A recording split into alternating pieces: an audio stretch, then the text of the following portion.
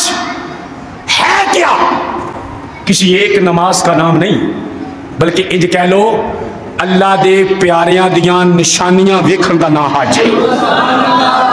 इथों बंदा जाए लाखां रुपये ला के तवाफे काबा करके वापस आ जाए ते आखे जी मैं हज करके वापस आ गया, ओदा हज अल्लाह के घर का तवाफ ही कर लिया, हज नहीं कबूल।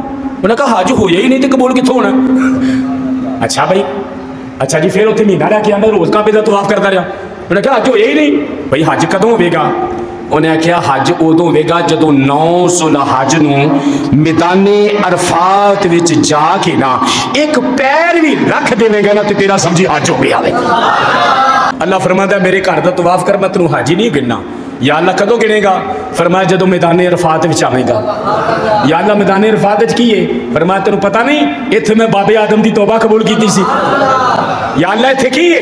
फरमाया तेनों पता नहीं इब्राहिम जदों कुर्बानी तो फारग होए सन ते इस जगह ते आए सन, आके दुआवां कीतियां सन ते मैं कबूल कीतियां सन। फरमाया तेनों पता नहीं मेरे सोहने नबी ने आखिरी हज दा खुतबा इत्थे इरशाद फरमाया सी। ताई ते मुसलमान भाई असीं कहने आ देश मही दा खाना ते हज जरूरी ए करी ये तकवा रख के महबूबा ते चल दीवारों मली ये ते अरब शरीफ तो सदके पढ़ लो अरब शरीफ तो सदके और जिथे तलियां यार मिला आया